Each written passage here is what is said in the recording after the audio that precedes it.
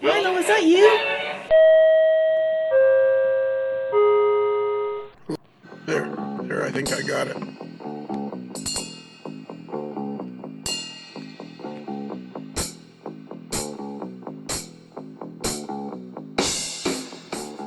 Bruce, are you in the studio? Yeah, I'm in the studio. That's cool. The smoke is just so bad. There's no smoke here. Wherever. Why do you sit outside in the smoke? I don't know. Smoke. And Tony, I hear Bandit in the background. Uh-oh. The official. He promised to be good. He's the official AML dog. He has become the official AML dog. And he's going to have to bulk up if he's going to do that. There's a lot of weight to carry. Exactly. Yeah. So, do either of you guys know of the Mid-Atlantic? Have either of you guys ever heard of the RPM meets? Yep. Okay. Indeed, yes. Yes. Railroad Prototype Modelers. You were just at one in St. Louis, Tony. Yeah, exactly, and it's supposed to be one of the biggest and best in the country. I know it's getting. I am fascinated by this whole RPM thing because it's like, it's self-propelling. It grows upon itself, and now there's there's these meets all over the country that are well organized, very economical to attend, and well attended. Anyways, tonight we have Bernie Kempinski, who is a very well-known Kalmbach author, is here with us. He's had all kinds of stuff in the magazines. And how many books have you written, Bernie? 5. 5. Holy mackerel. 5 for Kalmbach. I actually wrote a novel, too, but nobody's ever read it. Except for, like, my mother. Yeah. I have a novel written. The problem is I've written 120,000 words, and I think I'm still 20,000 words from the end. I just got to get there. All right, so the reason we're here tonight, boys and girls, is because we have Mr. Bernie Kempinski from, you're in Virginia, correct? In the Washington area? Correct, Alexandria, Virginia. Alexandria, Virginia, which is south of Washington, D.C.? About 8 miles south of Washington, inside the Beltway. Inside the Beltway? Yes. Oh, because I've driven the Beltway, and it's not the most fun I ever had in my life. Oh, God. I pity you. So we're going to talk about the Mid-Atlantic RPM, which is upcoming at the end of September. Correct. September 27th, that weekend. I think we will broadcast this on. Let me pick a date. Let me pick a date right now, and we will see how close I come. I bet you I can do this. I feel confident. I've been getting a little bit more accurate. We will. How about if we broadcast this on September the 10th? Yeah, that'll be a week or so before ours because we are September 21st through 22nd, 2018. Yes. So that would be like 11 days. Would that work, or would you prefer? Or, Bernie, we will let you decide. Or would you prefer that it be broadcast on August the 27th? Well, that would be better in terms of giving people a little more notice. All right. The hotel deadline is right before that. Okay. I think our deadline is the 21st of August. Okay. I might be able to get it out, but I wouldn't count on it. I might be able to get it out on August the 13th, but that I can't promise. It's do what you can with what you have available. Yes. We're all volunteers. Yes. It's a small corporation. So it'll either be I sense it'll be August 27th, but I'll try for August the 13th. Well, I appreciate that. All right. So, Mid-Atlantic RPM, and where are you holding it? It's going to be held at the Baltimore Washington Airport Doubletree Inn, which is a really great location because it's right near the airport and it's right near the Amtrak station. Okay. And the hotel actually is running a shuttle to both of those. So you could conceivably come here by train and you wouldn't need a rental car. You could just zip in, stay at the hotel, and they also have a metro stop. So if you wanted to go to Washington and check out Washington, you could take the metro. Well, that would be cool. And yeah. I'm assuming now I've put my little calendar away. I'm assuming 21st, 22nd is Friday, Saturday, or is it Saturday, Sunday? It's Friday and Saturday, but we also have events on Thursday and on Sunday. Those are the away from the hotel events. So there'll be like layout tours and op sessions on Thursday. Then we have like a social gathering at the hotel Thursday night for everybody. And on Sunday, we're going to have more open houses. Don't think there are any op sessions on Sunday. Okay. And who all's... Oh, correction. There are op sessions on Sunday. Take it back. Okay. We have, they're real close to the hotel. The other nice thing about this hotel, I don't know if you guys remember, but the previous MARPMs were held down in Fredericksburg because it was economical. Okay. But it's not what you'd call a hotbed of activity, whereas the Baltimore, Washington area, we have a lot of model railroad activity going on. So within a couple miles of the hotel, there are these great layouts that are going to be operating on Sunday and one on Thursday. Well, and there's up and down the East Coast is kind of a hotbed of model railroading, is it not? Yeah, New Jersey seems to have a pretty good nexus, and then Washington, Baltimore area has a lot too. And in fact, New Jersey and Washington have this thing we call the interchange, where we kind of flip-flop every year, go to each other's layouts. But there's lots of stuff going on in the Philadelphia area. Richmond has a couple things too. So, of course, New England has a lot, as does the NER. In fact, the week before MARPM, I will be at the NER. And I'm actually going to be the keynote speaker at that, which is a National Model Railroad Association meet. Okay, so the NER, the Northeast region of the National Model Railroad Association. Correct. And would you like to do your speech now, just to give us a kind of a warm-up? Or 7 years ago. I think it's important for people I think a lot of people recognize the name Bernie Kempinski in the hobby because of all the books you've written and all the articles you've done. So how did you get involved? And I'm MARPM. Why does everybody, here's a question for you, Bernie. Why does everybody insist on making acronyms into words? It's in the Washington area, that's common because we have the Department of Defense, which makes acronyms of acronyms. Yeah, that would do me in. I'd be done. Yeah, you would be done. And everybody does acronyms. So, MARPM stands for Middle Atlantic Railroad Prototype Meet. So RPM, everyone uses that. Yeah. So, go ahead. It tells you where you are. Yeah, that's true. So, how long have you been active with the RPM meets? Well, I normally would go to RPM meets either as just an attendee and show my models off, or usually I would do clinics. And last year there was not a MARPM because the hotel screwed them over, basically. They double booked the event and canceled our event. Really? Yeah. Wow. And so they were stuck. So what we did this year was Bob Sprague, who you've interviewed before. Yes.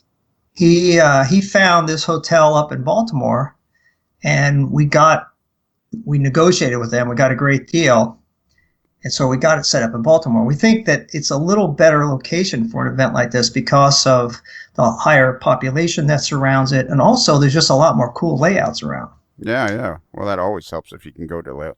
I think maybe I embarrassed myself in front of Bob Sprague. Oh, well. I thought you were Teflon. Well, the problem was I didn't realize that Bob Sprague had this really cool company. And, of course, I was just being Lionel the Goofy guy. And, I mean, how fascinating is Bob Sprague with this cool website and all these track plans on this website? I mean, it's like I got to talk to him again but I didn't realize he had that really cool company. And then I would have been like, different. I don't think he is a very impressive person. He is. He's also, by the way, he's also a good operator. He came and operated on the Quail line. And first time, he picked it right up. So he's the brains behind the website, by the way. Oh, is he? For MARPM. Yeah, he does the MARPM website. He just does all kinds of stuff. Mm-hmm. He's a good guy. He's a good guy to have as a colleague. We're all volunteers, and Bob's doing the website. I got roped into it because Norm Wolf used to be the guy who ran this. Yes. And he moved to Utah. And so Norm and I have known each other for a while, and he heard that I was retiring from government service, and he asked me, would you do it? And this is before I knew that you're supposed to say no. when you retire. So I said, sure, why not? And so, we just added that to the list of things that I'm supposed to be doing. And it's really not that much work to get it organized. The toughest part was really negotiating the hotel, which we were able to get a great deal. And then when the event happens, we'll have to execute. But in between, it's just trying to promote it without spending a lot of money because it's on a tight budget. Okay, so maybe for other people that are listening, I think it'd be a good idea. Like, why do you think you got such a good deal? Just because they revamped the hotel and they were looking for people to fill it up, or? We went to several hotels. Right. And we talked it over, and we got one offer, and we asked if the others would match, and they did. So that's how we did it. Okay. Cool. We looked at a lot of hotels. I went and visited a bunch of them. I had actually run some conventions before with the N Scale guys, or I was involved in running them. I wasn't in charge. Right. We ran the N Scale East in 1996, where the hotel again double booked it, but they didn't cancel us. What they did was they said, okay, their chess club is going to be here the same time as you, so they get the ballroom. So what we're going to do for you guys is we're going to turn the parking garage into a convention center. And I don't know how much money they spent. They sealed it all off. They brought in portable air conditioners. They had a carpenter on site, and we put the world's biggest train layout in that. And then it was a slow news weekend, so somehow Fox News picked it up, then CNN picked it up. The next thing we knew, we had 15,000 people at the N Scale East in 96. Wow. They had to hire off-duty police to direct traffic getting into the hotel. So I don't think that's going to happen this time. Well, maybe once it gets on American Modelers or whatever we call this thing, AML. We'll probably have thousands of people beating down the door now. Yeah, well, this is sort of an odd, this is kind of an acronym. The A stands for and the M and the L stands for Modeler's Life, which I jammed into one word. So, and then it became with one L. With one L, exactly, like railroad. Not two L's, not two L's like Cadillac. Although, if it only had one L, it'd be Modeler's Ife. Yeah, exactly. Yes, exactly. Well, no, the two L's is two L's is about the modeler's part, because the English, the proper English spelling, the British spelling is modeler with two L's. But of course, the American spelling is one L, and I went that way because I was assuming mostly. I was aiming for the lower 48 to begin with. So would you say the biggest part of this, organizing this, then, is finding the hotel? Like, that was the most time-consuming part, and the part that took the most time out of your schedule? Well, that was the initial step. So once we had a venue, then we had to have something to do at the venue. And so we contacted clinicians and also contacted vendors that would like to come and organize op sessions. So we have people that are doing each of those. So Bob's running the website. Matt Thompson is doing the op sessions and the layout tours. And Matt knows all these people because he's run ProRail and the Northeast Interchange and a few other things. He's a retired Army colonel, so he's pretty well organized. He also has a great layout himself. And we then have to promote it, which takes a little bit. I've been doing that, on Facebook and on the various email channels. Yeah. We do have some great clinicians lined up, though. For a small sort of startup clinic, we've got some of the editors from Model Railroad coming. We have one of their, Jerry Dietzick, who's their operations columnist. He's going to be giving a talk on operations. Hal Miller, who's the editor-in-chief of Model Railroad, is coming. He's going to talk about his own personal layout. Paul Dolkus is going to be there. Lance Minheim, Andy Dodge, who has a Proto 48 layout. So that's the nice thing about the Washington area is there's some pretty darn good modelers in this area. Yeah, exactly. And so a lot of them are helping out. So Craig Biscayr? Biscayer's coming. I'm pretty sure he's doing a clinic. That changes. It's a little fluid. Let's see. I'm going to look at the list right now. I am looking at the list too, and he's doing a clinic on Friday from 7 p.m. till 8 p.m. Yeah, the only problem is his clinic is not, he doesn't actually say, he's not on our description. Oh, well, he's on your website. On the schedule. Yeah. I think he's actually a recent addition because we had a couple drop out. We had some professional railroader guys coming what's his name? Dave Abellis and Jack Travaccino from New Jersey are coming. They have, I operated on Dave's layout, and it's really an interesting layout because all his normal operators work for railroads. And so when we showed up just as modelers, all the helpers were real railroaders. And they run like a fictional Conrail branch line. And it's almost like a speedway, they run it. And I got to dispatch it, and I had Vince Lee's son, what's his first name? I forget. He works for Long Island Railroad. He helped me dispatch, and just a lot of fun. So they're going to talk. They're doing a talk on how they converted the prototype to their railroad. And what's the fellow's last name? Dave Abellis and Jack Travaccino. Okay, and Dave was actually in, I think he was in MRP or Great Model Railroads last year. One of those two. I forget which one he was in. Really cool railroad. They run at night, by the way. And when they run at night, so like you simulate a day, right? All the room lights go off. Wow. And so you're running from headlights on the trains and the signal indications, which was kind of a neat experience. I got a question for you that's not about this particular RPM, but we'll get back to that because we're talking about model railroading. You've been in the hobby for a long, long time. My personal feeling from my exposure with this podcast, the hobby's way bigger than I ever realized. And I think it's going to explode because of social media, and we're all going to be covered in model railroad goo. What's your feeling in the hobby? Is it growing? It's shrinking? What do you think? I don't know for sure. I have a feeling it's shrinking. Yeah?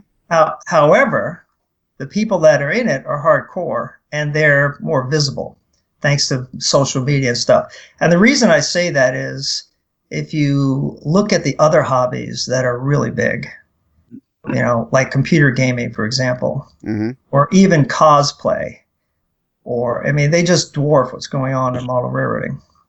So, and sports and other things. So I don't know. I know all the magazines are losing subscribers. The NMRA is getting older. There are some younger guys that you see on social media, which is good. And I always like to promote the younger guys when I have them come over. I love to have op sessions where I get anyone under 40 if I can. I've had op sessions where I've had kids. I think the youngest operator on my railroad was 5. Wow. Last summer, or last spring, I should say, I had a thing where all the kids on my block operated on my railroad for a day. And we had the Cub Scouts. They came from a group in Manassas. And then when they were done, we had all the boys from my street come in. Or maybe it was the girls next. No, all the girls came in and they operated. And then all the boys came in and operated. And it was a hoot. We also did a scavenger hunt on the railroad. So, I'm doing my bit to try to promote it. But honestly, when you compare it to computer games, and I think the other problem with model railroading, I was actually thinking about this a little bit today, is model railroading is really a complex hobby. And what got me thinking about this was I was looking at the armor magazines that cater to the people that build tanks and such. Right. And, they do an exquisite job on their models, and they'll spend like 3 months working on one tank. Right. Okay, so that's one boxcar on a railroad. That's, that drop in the bucket. And now you've got to throw in electronics and track laying and civil engineering and carpentry and photography, if you want to do photo backdrop, and lighting. Model railroading is much more complex. Also, generally speaking, model railroading takes more room. It doesn't have to, because my next book for Combat, by the way, is on modules, modular railroading. Okay. So you can build modules, and that is a good entryway for younger people and people without a house. And that's the other thing I'm seeing, me personally, in my area where I live, is they're tearing down houses inside the Beltway and they're building apartments. And that's the way the rest of the world is. Most of the world does not live in homes. And so therefore, that's why armor modeling, and this is my opinion, by the way, armor modeling and car modeling and some others, because if you live in an apartment in Singapore, you don't have room for a layout, but you can build a tank model, put it on a shelf, and then you can spend 3 months building the airplane and put it on the shelf.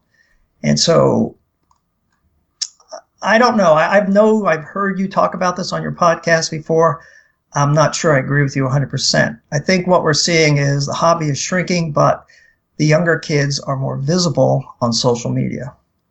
Yeah, it's hard to say because personally, my personal opinion, I'm going to stick with it, is that I just think the hobby's going to explode because we can all connect with each other so easily now. I mean, you and I are doing something.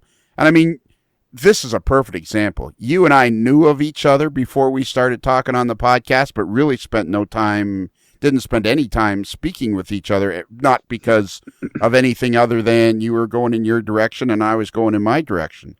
And I mean, we lived in different countries too. Yeah. We live in the same continent though.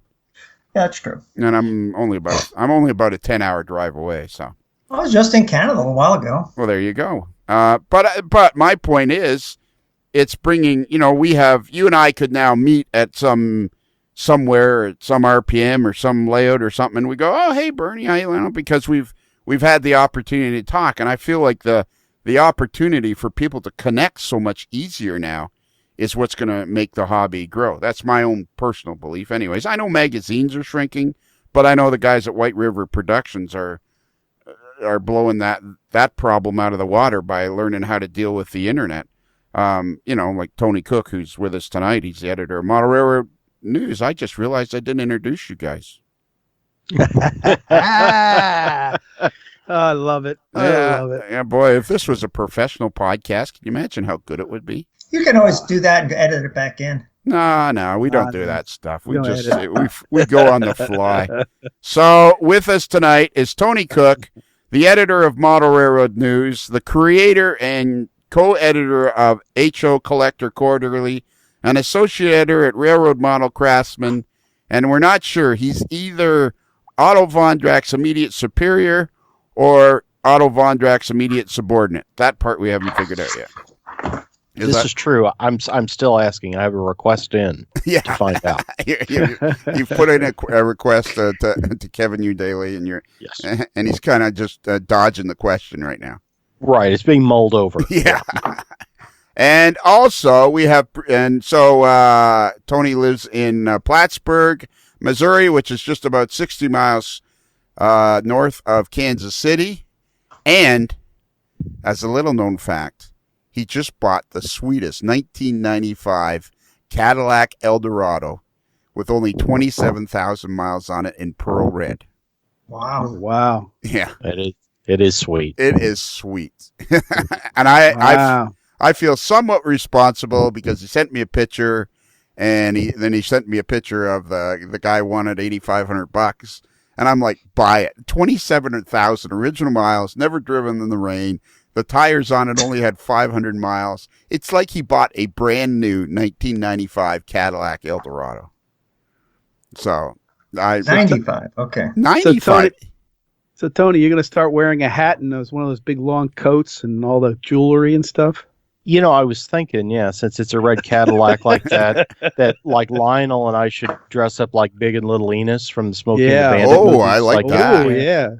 Yeah, I like that. Are you going to be Daddy or am I going to be Little Enos? I'm thinking. I don't know. And also with us tonight, and I love the picture, and he has this picture now he sent me with his Cadillac Eldorado right beside his Lincoln Continental. I think I may be falling in love with Tony and his cars. And also with us tonight is Bruce Kelly, all the way from Medford, Oregon, and he is the creator of the Kelly Questions, the original super fan. Don't tell me, let me guess. Oh, and the president of every model railroad club within a 102-mile radius of Medford, Oregon. So he would have been ideal for a clinic. How to become president of your local model railroad club. Yeah, exactly. So that's who we have on with us, Bernie. If you were wondering who those guys were, that's who it is. Distinguished guests.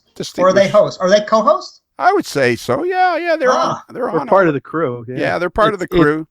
It's kind of like I think Bruce is kind of like Ed McMahon, and I'm kind of like, well, I don't know if I'd be Doc Severinsen or what's they always picked on Tommy Newsom. Tommy Newsom, yes, I'd be Tommy Newsom. That blank stare when Johnny would ask him some question of I don't know, and everybody would laugh. So I'm over here with the band more or less. So how many people are you hoping to get at the old, what'd you call it, Marpum?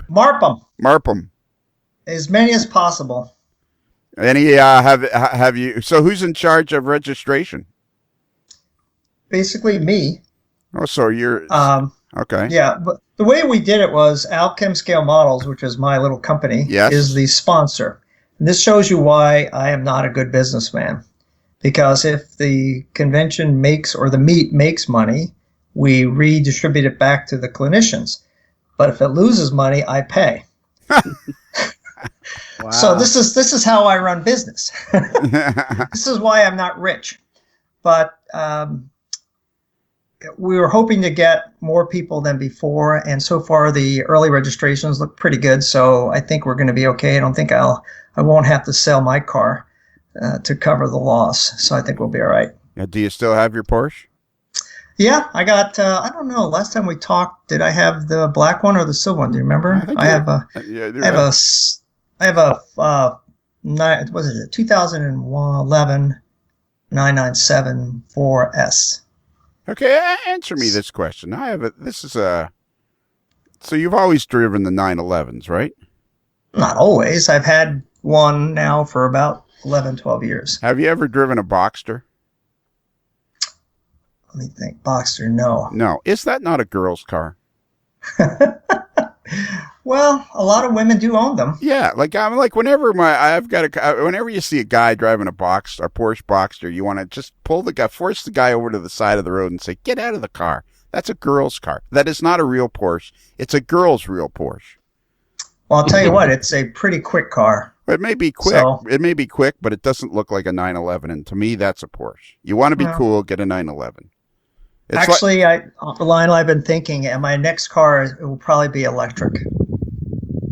That doesn't surprise me somehow. So I'm thinking, I'm probably going to make the move before gasoline powered cars are totally obsolete, which is coming soon. So we'll see. You keep telling yourself that, buddy.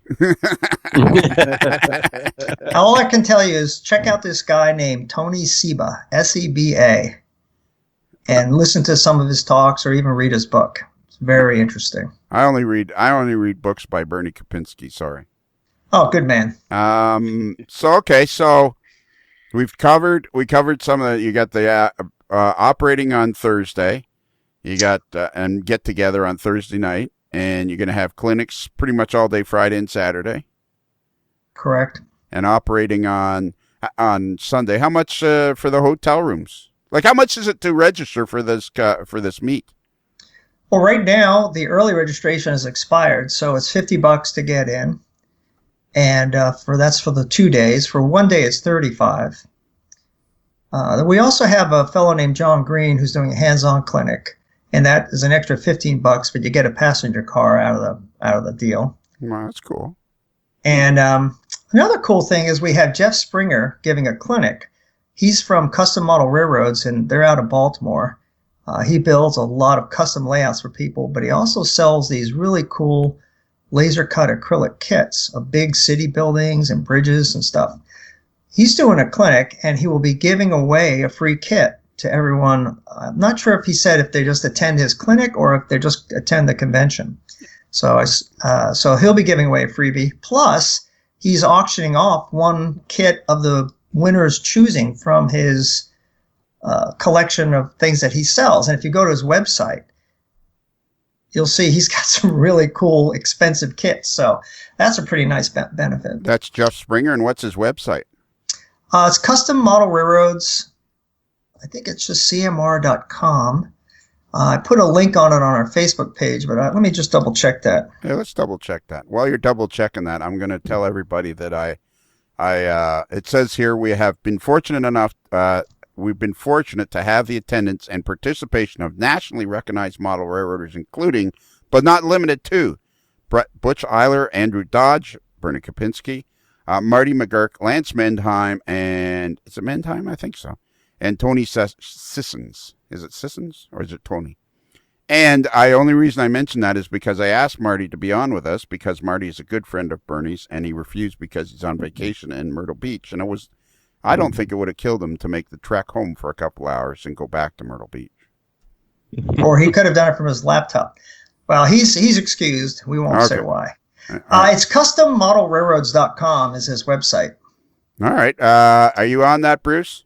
I'm working on it right now. Okay, custommodelrailroads.com. Cool. That's why, Bernie. See, that's why I'm going to argue with you about the hobby, because I think all of a sudden things that were not available to people, like it's like in anything that there's ebbs and flows, and I think we're in the low part before the thing takes off, because you look at Bob Sprague and his spectacular website, and all of a sudden information is so much more available to everybody, and connections are so much more available to everybody.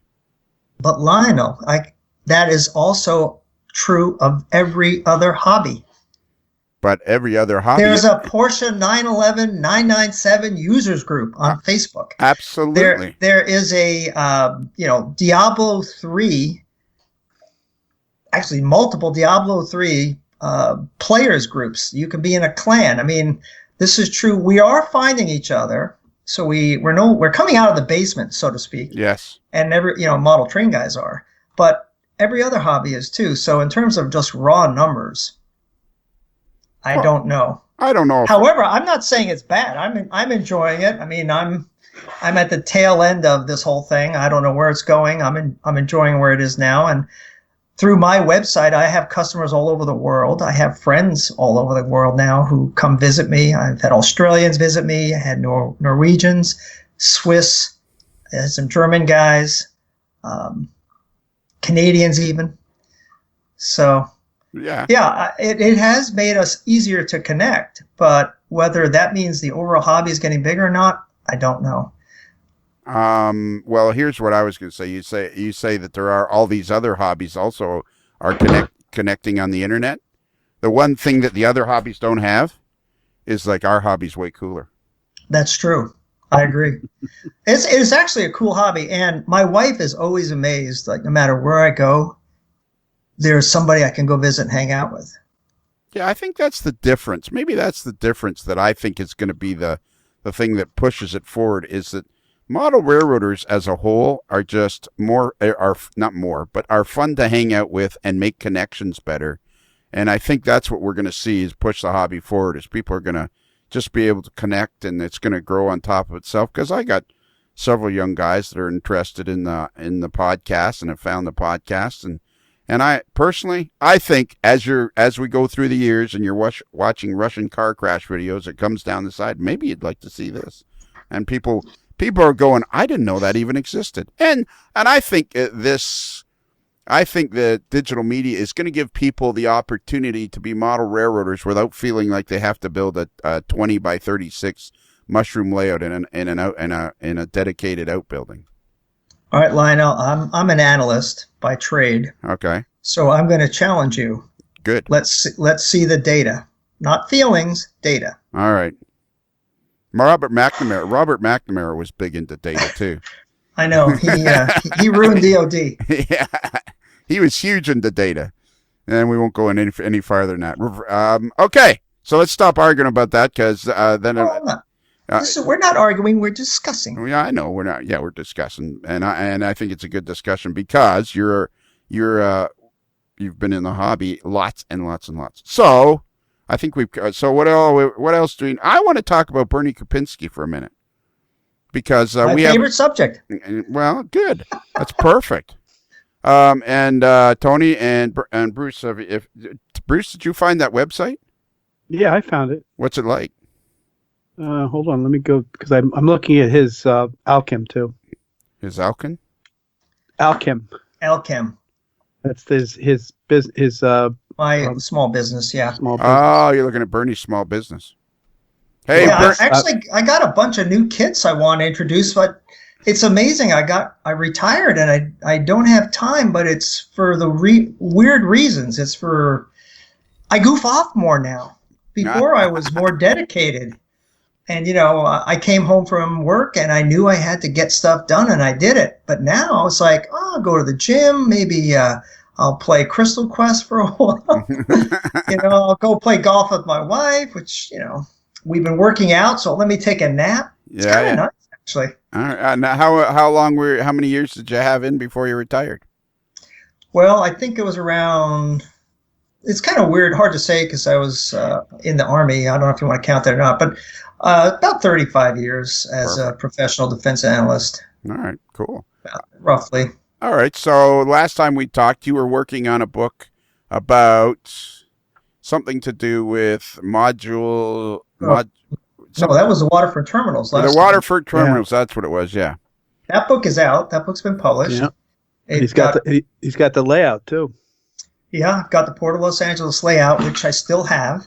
I've expanded that layout slightly, and I've also got my Civil War layout operational. So we've had about 16 op sessions on the Civil War layout, and we hosted ProRail in Washington. I was part of that. And we've had about 20 some odd sessions on the Port of Los Angeles. So the layouts have, they're now established layouts. There's still some work to be done. A lot of people, when they get to be in my position, they're retired, 62, and they go, wow, let me start a new layout. But I'm not sure I'm going to do that. I think I'm just going to stick with the smaller projects. Yeah, exactly. It depends on your energy level and all that. 62, holy mackerel. You're a young-looking 62, let me tell you that. And how do I get invited to ProRail? I got invited once or twice, but then I think I annoyed them or something. It's a mystery. Oh, okay. The rule of thumb that I've been told, I've never been in charge of it, but is that if you host a ProRail session, then you get put on the list. But the way it works is each city has sort of a point of contact, and that person for that city is really decides who from that city gets to go. Okay. But now, it might be a mutual. So if, I don't know who, are you in the Toronto area? I'm just north of Toronto. But I can be in the Orlando area if you want. Yeah, I'm not even sure where ProRail will be next year. But there are other things similar to ProRail that you can get involved in. We do one with New Jersey that I mentioned earlier. Exactly. No, I want to get back into ProRail. So next time you go to ProRail, just kind of go. This would be Lionel. Yeah, this would be way more fun if Lionel was here. Are you going to the National Convention in Kansas City? No, I'm not. Do you go to NMRA national conventions? Not every year. I go. I think the last one I went to was Portland. Ah, that's the one Bruce ran. How many years ago was that? Was that 2 years ago? 2015, I believe. Yeah, 2015. I was at that one. And then, where did they go to Cleveland next? I don't remember. Yes, Cleveland, and then Indianapolis, wasn't it? Yeah, I didn't go to either of those. Where was it last year? Orlando, Oh, Florida. that's right. Yeah, I was there. Apparently, I didn't. Apparently, it didn't make that much of an impression on me. Me personally, I might go to more now that I'm retired. But prior to that, leave or vacation time was an issue, and it's kind of hard to just go away for a week. My wife isn't really that interested. Right. When we went to Portland, she went with me, but as a result, I only did like 2 days at the NMRA, and we played a lot of golf out there. Yes. All right. How about this, Bernie? How about this? I used to golf 3-4 times a week, pretty steady 3 times a week up here, and I got my handicap down to I was a steady 12. And then through a series of life events and this and that, I haven't played very much for the last 4 or 5 years. And I went out with some friends. They wanted to. I have this. I walk from the hospital. I would do this walk that's about 60 miles long to raise money for the hospital that has helped me. And so, anyways, they had one of the prizes was a free round of golf at the local private country club. So my friends invited me. Hadn't played for a year. Shot 86. Not bad. Yeah. What tees? White tees. Back. I was about 6,400 yards. Okay. I know. I was. Shoot better than me. I was surprised myself. You got to follow through. That's the key. You got to follow through. If you swing too hard and you can't keep your balance, you just can't hit a good shot. All right. Anything else we need to talk about? Well, how about Marty? What's happening with Marty these days? Well, Marty's in Myrtle Beach. He's not really on vacation. No, I understand that. He had some medical problems for his parents, which are doing well. Marty moved to a new house that's a little further away, actually, but he's close to the commuter rail, so he takes commuter rail to work sometimes. Sometimes he has to drive. He is going to build a new layout, but he's actually helping me or he's working on a module with me Yeah. for my book. Yes, because you turned your garage, you parked your Porsche. You're now parking your Porsche out in the driveway. I remember now it's coming back to me because we did Catching Up with Marty McGurk, and he was telling me how he's helping you. You got him some wood, and he's helping you because you turned your garage into a workshop. Well, that's not permanent. My garage is back to being a car storage facility. Okay. The modules are actually set up in my basement inside the Pola pit. So I can't really operate Pola right now because there's this other module in the way. But I'm having an open house for the O-Scale convention in August, and I will take the modules down and free up the basement so people can walk around and see the layout. That's the beauty of the modules. You can take them down and put them away. Yeah. What's POLA? Port of Los Angeles. Okay. See, there's an acronym. That is the layout that's in my crew lounge. So it's actually going to be an article for one of the magazines on designing a layout for your family room. Oh, okay. And it talks about the thought process of designing and building this layout so that it could still be used to watch television and hang out. And you've probably heard me say in the past, I don't watch television. That's my secret. Right. But recently I got a new iPhone from AT&T, and the salesman there says, "Oh, we're going to give you a great deal." I said, "Okay, what is it?" He goes, "We're going to give you a new iPhone, the 10. Yeah. We're going to give you DirecTV. We're going to give you HBO, and you're going to pay less than you're paying now." Wow. So bottom line is I have cable DirecTV, by satellite. Right. And so my wife and I have joined the digital age where we can watch movies on demand and stuff. Mm-hmm. And so we've actually watched, she watched that show called Fixer Upper. Yeah. So we watch that on demand now. She'll actually come down to the basement and watch television. So I have to kind of keep her company if she does that. You're going to have to get yourself a big 55-inch screen. That's what I do. I had a 65. I got rid of it. I got 65? A smaller one. You don't watch TV and you had a 65-inch screen? Yeah, it was one of those LCD projector jobs. Okay. It was a Sony. Yeah. And eventually, one of the colors started to fail. Yep. And so the bottom of the screen started looking yellow. Mm-hmm. And apparently there was a class action lawsuit against Sony, but I missed out on it. So I just literally threw it away. I didn't do anything with it. I didn't get it fixed. And my mom gave me her old 40-inch television. So I now have it. But it's one of these plasma jobs, and it's flat. So the layout goes on above it. How many vendors do you think you're going to get at the RPM? I think we have about 6 right now lined up. Okay. Not counting me. I'm not going to actually sell the show because I figure I'm going to be busy. Okay. So you have Crusader, we have Making Tracks, we have Nick and Nora, Pro Custom Hobbies, Speedwitch Media, and Making Tracks, and Beano Historical Society is supposedly coming too. So, see, I know 3 of those. So I'm gonna stick to my guns. You can do all the analytics you want. You and Robert McNamara, you guys go crazy with your analytics. I'm gonna stick with my gut because I've been in the hobby for, 64. You take away 5. I've been in the hobby for 59 years, and I'm gonna stick with my gut that I have never been more connected to the hobby and more excited about the hobby than I have been in the last 3 or 4 years. I've been more excited about the hobby than I probably have been. I've had those moments of excitement through the years when I wrote for Model Railroader and all that. But now I feel I am so connected. I have so many friends and so much to talk about with railroading that I feel I'm gonna have to stand my ground on this one, Bernie. All right. You guys don't say stand your ground in Florida though. Yeah. Hey Bruce, by the way, you just ordered something. Yes, I did. Guess what? You're out of stock. I just sold a whole batch to a guy, but I've got more coming in 3 weeks. Okay, that's no problem. I put in a massive reorder. Those are the fences. They're selling really well. Yes. All right. Well, now I'm going to have to go to the site and see. So, Bruce, while you're busy being the research guy for the show, you're buying stuff. You're online shopping. Buy fences. Buy fences. We have a president trying to build a fence. Well, we're behind them. We're making the fences. All right. Actually, the reason why I made the fences was I'm modeling a port in the 2016, 2015 time period. Ever since 9/11, everything is fenced in down at the ports. That's right.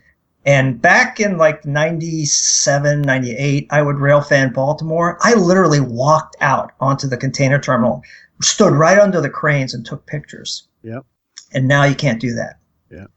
Now you have to have a TWIC card and all this other stuff. So if you are modeling a modern port or any modern industry, you've got to have fences. And if you've ever tried to make the fence with the bridal veil, Mm-hmm. you're going to make it once and you're going to be like me and say, the heck with that. Yep. So My friend Bruce Wilson and I, we follow the canal between Lake Erie and Lake Ontario, and I can't remember the name of it. Anyways, yeah, exactly. That's it. that's in my book, by the way. Good. I Perfect. talk about the Welland Canal in my book. It Well, had a big impact on things. We started kind of an annual thing in the fall where we just follow along and check it out just for the heck of it. And 2 years ago, we were able to walk right up to the canal down at Port Colborne, and now that's fenced off. And you can't. So I mean, it's like you're right. Everything's being fenced off. We can't have fun anymore. The rules and the institutions are becoming more important than the people. But I understand that there's reasons for we have to be careful for sure. So see Bruce. So you bought. So now you got to get going and get that stuff done, Bernie. Well, yeah. They're on their no- way. I put the order in about a week ago, and I've gotten several orders since then, so I have to apologize to everybody for being out of stock. But it's tricky to maintain a product and keep an inventory and not, invest too much in inventory. My brother has the MBA. I have a master's degree in engineering, and he goes, "You're the one who's got all the business problems, not me." He does business development though for like a real big company. All right. He does $1 billion contracts There and stuff. you go. Cool. All right. So let's talk about this because you do have a small business. It doesn't affect you at all. But of course, right now, right at this exact moment, Tony and I were talking last night that we were going to be tired at the end of this is being recorded just before the national convention. And we're going to be tired at the end because everybody's going to be talking about the same thing. So everybody's all worked up into a lather because in China, one of the factories closed, which affected 5 or 6 companies very heavily. I think more than that. Yeah, I actually worked with that guy too. Oh, did you? I tried doing etchings with them years ago and just concluded it wasn't worth the hassle. And I stick with the American companies now. And the American companies actually improved their business model, which made it easier for a small potato guy like me to order stuff. Prior to that, I would have etchings and I'd have to get a bank check and, but now they just take a credit card. Okay. So you got all your products. I know the guy who shut down. I hear his medical problems, which I feel bad for him for that. But I don't know any more details other than that. And so you have all your products manufactured in the lower 48, do you? Yes. I actually use 2 etching companies in the United States, but one his prices have gotten really out of hand, so I don't use them as much, and I stick with my group in Massachusetts, which I'm happy to say is called PEI, Photochemical Engineering, and Photochemical Engineering. I don't know. Anyway, PEI is their website there in Massachusetts, and I've been with them 20 years now. In fact, the woman I used to do all my artwork with retired, and they have a new person that took over. I have pretty good customer service now. They take credit cards. They have a minimum order. That's the drawback. So I have a lot of people that say, "Hey, can we etch something?" And I said, "Yeah, we can, but it's going to be $500 to get the first piece." Right. And then every piece after that's going to cost 10 cents. Right. So it's just, and that's if you don't make a mistake. If you make a mistake, then it's another $500. Yeah. So. And of course, it's much more complicated to build locomotives and hopper cars and what have you. But but it'll be interesting to see what happens. So, what's your opinion on it? On all this carrying on right now? Well, I would like to see it as an opportunity for some industry to come back to the U.S., but I doubt it. Yes, that's what I would like to see too. Or even Canada. I remember I was trying to do a project with George Johnson at Deluxe Innovations when he still was working with them. We were going to do a C&O caboose as an injection molded kit. And the drawings are going to be done in the U.S. The parts are going to be made in the U.S. The molds are going to be made in the U.S. And then we were going to ship it to China where they do the assembly. And I remember George telling me that you just can't get American workers to do this kind of work regardless of the wage. He said the typical person that's in this sort of mindset would like to do this job would rather drive a forklift than sit at a table and build kits. Yeah. So that was a quote from George. I'm hoping he doesn't get mad at me for saying that, but which is interesting because at Microtrains it's with the exception of one person, it's all women that put the cars together. And, and one time I toured Rick's Products Factory, Rick Rideout in Evansville, Indiana, I think it is, and I remember he told me that he likes to hire women because when he hires men, after like 3 days on the job, they're pestering him about, hey, we can do it better this way. We can do it better that way. Whereas he says women, he shows them what to do and they just execute. They do it, and they also will look at something and say, that's not right. Yeah. So, and maybe more detail learning. Yeah.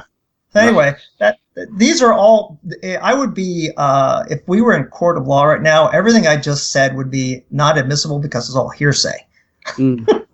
Well, here's a fact I can tell you about women where you could hire them for a particular job where I guarantee you at the end of the day you're going to be a lot happier. Is long distance trucking. I have been involved in training of tractor trailer drivers, and women, I'm telling you, once they get the hang of it, if you want to have your truck return in one piece, those are the people. Those women are just the best at that job. Except that one who drove her truck onto that one bridge, that historical bridge that was a truss bridge. The truck didn't even fit through the bridge. Oh wow! Funny you mentioned that. I just read an article about a week ago on the shortage of truck drivers. Like I mentioned to you before that I'm interested in logistics because of my old job, and so I subscribe to this thing called JOC, which is a professional organization that just talks about logistics. Right. Trucking, trains, container ships, all that. And they were saying that there's right now a shortage of between 50,000 to 100,000 truck drivers in the United States. And trying to hire women to do the job is one solution because it's really a job that anybody can do. You don't have to be a big hulking person. You could be a small woman and still drive a truck. I wasn't thinking that so much. It's just that they will bring the truck back in one piece. And no, Bruce, you don't have to give me one single example of somebody that got it wrong. Yes, Art, and thanks for noticing. Oh, hey, I could tell you about the time we crushed a bridge when I was in the Army. I could tell you lots of things I hit when I was working for the railroad driving truck. I was in my early 20s, and hitting stuff was half the fun. I knocked a fire escape off a building once with a 10-ton straight truck. And I took out a guardhouse once with a 10-ton straight truck. With a guard in it? No, he managed to dive over the side of the embankment. He saw me coming. That's another story for another day. It's Bruce Wilson's favorite story of all time because it was in the winter, and this was back in 1974, 71, or 75, where they just threw you the keys and said, "Start driving that truck." And brand new Ford Louisville 10-ton straight truck, air brakes, and I'd been driving it for about a couple of weeks. And at the end of the yard at the Canadian National Yard, just north of Toronto, where we had something called CN Express. I had this 10-ton straight truck, and at the end of this long road was a little guardhouse where the theory was the guy was supposed to check your way bills to make sure you weren't stealing anything. But the guard never, for all the time I worked there, the guard never checked anybody. It was, he'd wave at you. So for some reason or other, this particular day in the middle of January, this guard decided he was going to step out and stop me and check my way bills. No problem. I just jump on the binders, all 8 wheels at the back on the frozen snow that turns into ice. All 8 wheels at the back lock up, and I'm now driving a sled. I got that thing going sideways, and the guardhouse was like one of those old photo mat things or whatever they called them, the little shacks where you dropped your film off. And I got the thing going sideways down the road. It was kind of downhill, and Last thing I saw was him diving over the side of the embankment, and I cleaned that thing right down to the foundation. Oof. Boom. Didn't hardly even mark the truck. And I get the thing stopped. I kept it on the road somehow, and I get the thing stopped, and I turn back, and there's nothing left. It's just like it's Keystone Cops thing, papers are kind of floating down from the air, and there's guardhouse spread all over the next 200 feet. But that was back in the good old days when people just didn't, you just couldn't get into trouble that much. So that was Lionel, I got to tell you, that's a new kit from Alchem. We're going to replace your guardhouse. Oh, there you go. Because we have, it's ready to go. I just have to get it all produced. It's going to be a small check-in station, and it's laser cut acrylic. And then I have a friend of mine imported a bunch of these gooseneck lights. Right. They're LEDs, so you'll get a gooseneck light and this little guardhouse. And just a little tiny kit. And hopefully I'll have it done by the time of the Mid-Atlantic prototype meet. Well, do you want one of those, Bruce? No, I'm not right now. I don't need Okay, one. you just want some chain link. It's not ready yet. However, you can see a picture of it on my. I guess there's a picture of it in my book. It's just a little square building with a curb and a couple concrete poles that prevent Lionel from taking it out next time he skids across it. Yeah, there was no concrete poles. So that's in your waterfront book. Yeah, there's a picture of it in there, and then people said, "Hey, why don't you make this a kit?" And I said, "Okay, I will." Yeah. It's just it's on my to-do list. Okay, so here's a question for you that you might be able to help me with, and then we'll just review all about the RPM. I have two questions, and then I have one about RPM and this question. Because you're a kit producer, Yes. I've become fascinated with the fact that Faller, which is a European company, produces a kit that is a liquid manure pit. I'm not familiar with this kit. Walther sells it. They stock it. You can get it on Amazon. And I would love to have been in the meeting because you produce kits. What would have possessed somebody to say, I've got a great idea for a kit. It's a liquid manure pit in HO scale. Well, there's his sales pitches. There's one on every farm. Because in Germany, if you ever live in Germany and you drive around, you're going to see the way it works is Germany's a little different than Canada and the United States, whereas people live in the little village. Right. And then the farms are all around the village. Yeah. So every morning, mom and pop get in the tractor and they drive to the farm. When I lived there, they were the old style tractors. They didn't have air conditioned cabs and stuff. So you literally, pop is driving and mom is frequently riding on the trailer.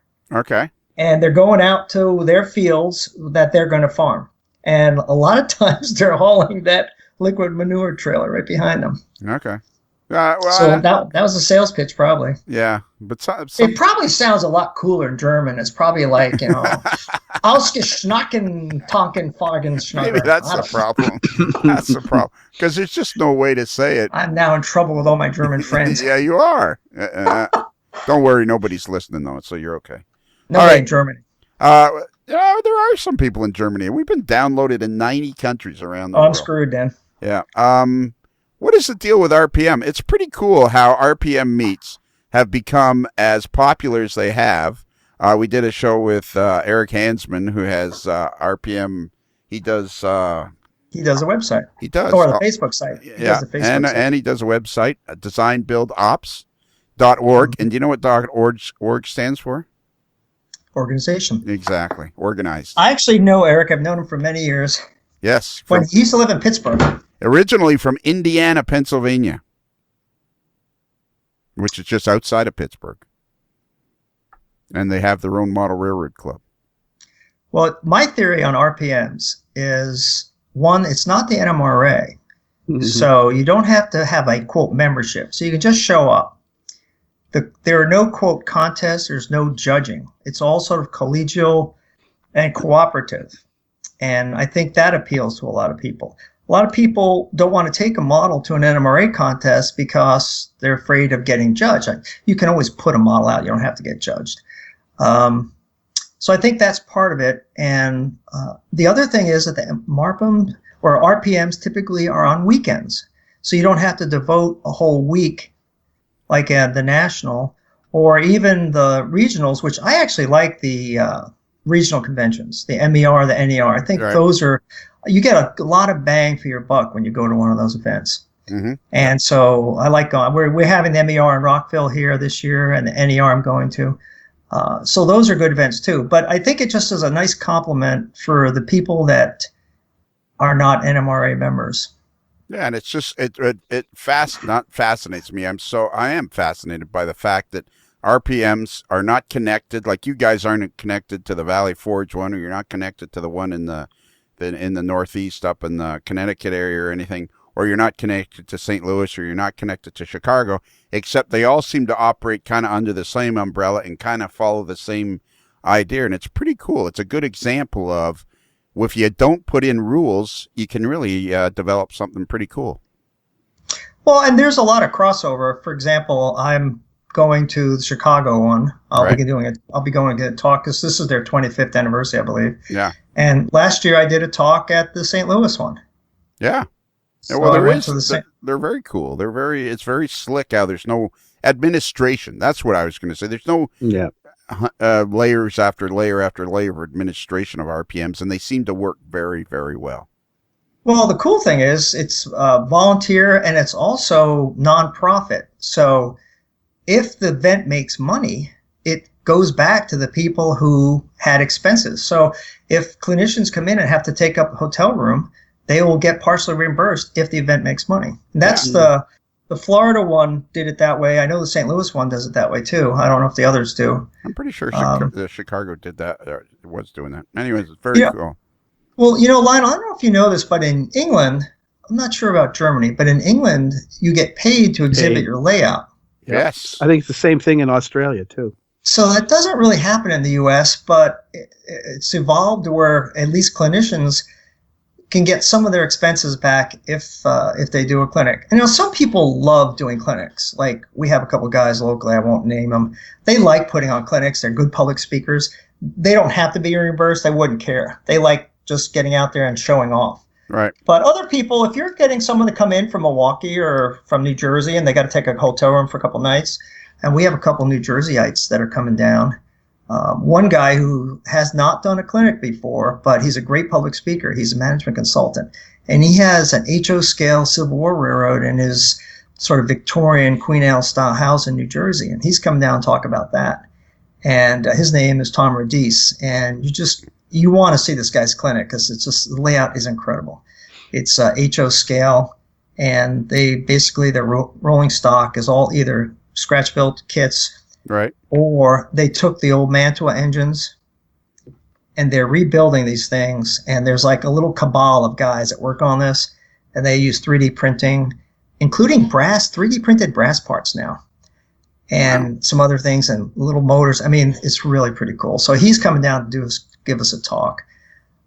Anyway, so I think it's the thing I like about MARPM, and I do both. I'm in the NMRA and I also do MARPM, or RPMs, I should say, is they're just a slightly different take on it. It's a lower stress, lower key, more collegial type environment. Yeah, exactly. It's just, I know, and I agree with all that, but you can't ignore the fact that they run so well and they have grown and become such an integral part of the hobby. That part is, without all these layers of administration, I mean, that's, and so next time you see Bob Sprague, you got to apologize for me. Don't tell him why. Just say Lionel says he's sorry. Okay. And it's now 51 days, 6 hours and 17 minutes until it's 16 minutes and 58 seconds until the MARPM meet. Anything else you want to tell us about it? Oh, what's the farthest? How you're doing registration? What's the farthest somebody's traveling so far? Let's see. We've got Milwaukee. Right. Is that part of the United States? Yes. Okay. All right. It's part of the Union. We've got some North Carolinians coming up. I just got a Pennsylvanian today. All right. The thing about the MARPMs, they are typically a regional event. Yeah, sure. A lot of people go to the Cocoa Beach meet because it's Florida in January. Exactly. And, that's usually my wife is willing to go to that one because then her parents have a condo in Daytona Beach. We can play golf and do stuff. I also have a brother that lives in Melbourne, so I can stay with him. I got a house about 25 miles west of Daytona Beach, but I'm not telling you where it is. All right, well, next time we'll have to hang out together. All right, we'll go golfing. So, yeah, Markham is more regional, but you will get some out-of-towners. I've had some guys from California say they wanted to come to Markham, but one guy in particular I'm thinking of, because he wants to go to the museum at Fort Meade that's like the Museum of the Computer or something like that. I never heard of it. And but then he said, "Oh, I can't come. My daughter's getting married that weekend." Oh, well. Yeah. So that's the other thing about what we have at Northern Virginia and the Baltimore area, Washington, D.C., is if you wanted to make this a family vacation, it's very easy to do because you have the Smithsonian, you have the B&O Museum, you have the Baltimore downtown harbor attractions, they have a science museum, they have the Constellation, they have a aquarium, which is real. My kids used to love that aquarium. So yeah, it should be fun, and it's in a great. This hotel is really. I hope this takes off because this hotel is perfectly situated. And Markham started in 2013. So it's you might be right. Yeah. Well, I went to the first one. The first one was in. It was in a boatyard. Well, just so on your they would move the boats in the middle of the clinics. I am not kidding. I'm not exaggerating. A boatyard. Well, and the model display room was like in the dining room of the yacht club. Well, perfect. And it says right here on your website about us, the Mid-Atlantic Railroad Prototype Modelers Markham meet was first held in 2013 in Fredericksburg, Virginia area. And it's joined the growing ranks of small, intimate meets across the country, catering to advanced model railroaders interested in prototype-inspired or prototype-faithful modeling. I think we should say we don't care what level of model railroader you are. I'm going to speak for you here now, Bernie, if I may. I think it would be a true statement that you would agree with. You don't care what level model railroader it is, just so long as they want to come out, enjoy themselves, and see what other people are doing. Well, here's the other thing. What we're going to do is to promote people to bring models. If you bring a model to display, you're going to get a coupon that will give you $10 off an Outcome Scale Models product. Wow. So if you show up and you put a blue box kit out there, you're going to get $10 That's that cool. you can use toward outcome. Yeah, the idea is to get people to participate because the fun part of this, a lot of times when I go to the RPMs, I don't even go to the clinics. I just hang out in the room and talk to people. Right. And, they say, how'd you do that? Oh, look at that. Like when I was in St. Louis, there was a guy there. He was a man who built the models, but his kid was there. His kid was like keeping an eye on them. And they were 1/24th scale truck models. Yes. That had like a railroad theme. And it was just my son was with me. We chatted with this kid for like a half hour, just talking about, he was describing what his dad did. Right. And so to promote that at our show, we're going to give people this little financial incentive to just bring something to display. So if somebody puts together an old Athearn blue box model and they weather it, or even without weathering, and they want to display it, they're going to get a $10 coupon off of any Outcome product. Correct. And you know what that The does? fine print, one per customer and only use no cash back. No. Yeah. And you know what that's doing, don't you? It's making the hobby grow. Well, let's hope so. I'm telling you, man. I don't care. You can analyze this thing to death. Somewhere along the way, somebody's going to go, you know what? This hobby has grown. I think that's it, boys. Have we covered it all? You know what, Tony? You've been pretty quiet. Are you still there? Yes, I'm still here. Yeah. Because I was concerned that you were out cruising around in that cat. I love those two words together. There's no two words in the English language that I like better together. Cadillac Eldorado. The two best words in the English language. Cadillac. You bought a brand new 1995 Cadillac Eldorado. Unbelievable. I can hardly wait. I'm hoping to get a ride in it in Kansas City. I'm hoping to get to stand beside it. That's what I want. I want to come up. I'm hoping that I've got some guys investigating, doing some private. I got some private eyes trying to find out where you actually live, Because what I want is a picture of myself. That picture that you had where both of them were at a bit of is parked beside each other in a bit of a V. Right. I want a picture of myself standing between them with my arms crossed. Wearing shades, of course. Oh, classic. Yeah. So any questions, Tony? Have we covered everything?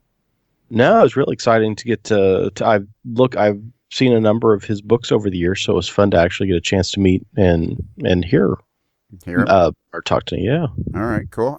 Bruce, any questions? Oh no, I think we've met before. So, and I've got his steel mill book, which is great. Yeah, we've met before. You came to my house. You came. Yeah, I know. I walked with you to the you're the talking barbecue. about you're talking about no, Bernie. I'm talking about Bernie. Ah, okay. Bernie. Bernie. Anything else, Bernie, you want to say, or have we pretty much covered it? I think we've covered it. I look forward to seeing some of you guys if you can make it, and let's hope that I don't have to sell my car to cover up any losses on this thing. Yeah, and I'm looking forward to you smoothing things over with Bob Sprague for me. Oh, Bob, don't worry about Bob. We'll take care of him. Yeah, okay. And I think I'm still going to be annoyed with Marty. He wouldn't have killed him to come all the way back from Myrtle Beach. Like, what would that have been? Like an 8-hour drive? I will whip him appropriately. All right. Okay. So, Bruce, we have to give out the email address. Okay, if you want to reach us through the magic of email, our email address is modellerslife@gmail.com. That's modelers with one L, like railroad, not two L's, like Kelly. All right. Lionel, I have a question for you. Absolutely. Shoot. Whatever happened to the Kelly question thing you did with me? Let me tell you. I can tell you right now. Let me see. Is that on Patreon or something? It will be. Okay. Let me see. I'll say one thing. Podcasts, I stopped listening to podcasts for a while because iTunes made it impossible to do.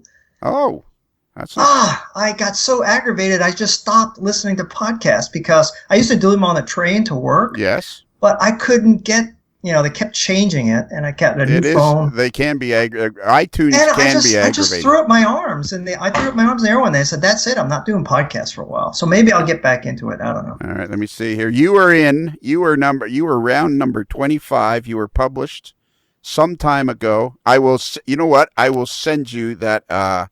I will send that to you on Google Drive so that you can listen to it at your leisure. Oh, I'm not sure. Do I want to? You were interesting tonight. Well, let's put it this way. I haven't been blackmailed yet. No, exactly. And you were interesting tonight. I was interested. Were you guys interested? Oh, definitely. Definitely, yeah. Yeah, and I thought you were, and we worked on your microphone at the start. I think you've been a lovely guest.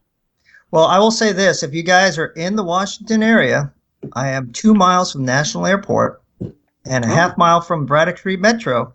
So just give me a ringus-dingus, and I love having people come over and play on my train layouts. Okay, so we're going to put this on the free. And Lionel, you were supposed to come over and get brownies. My wife was going to make you breakfast. Oh, yeah, that's right, too. Exactly. Forgot about that. Exactly. And we're going to put this on the free channel. It'll be on one of the Monday shows on the free channel, so everybody will hear it, so we can help promote MARPM.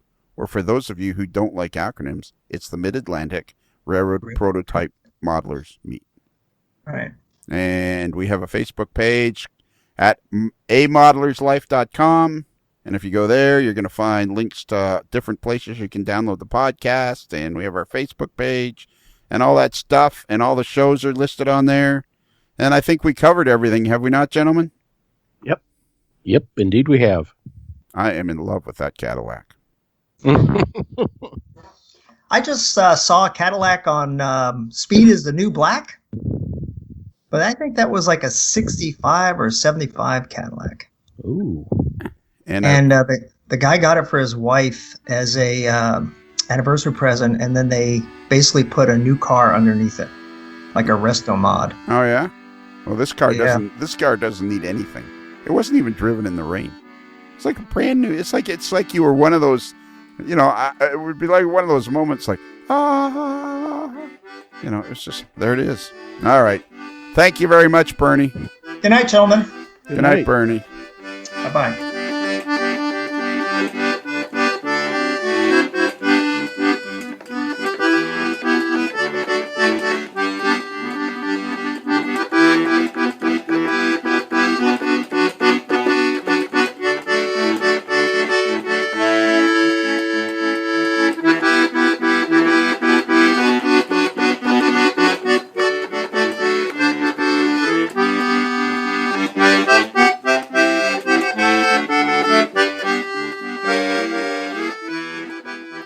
It's another Lincoln Homer.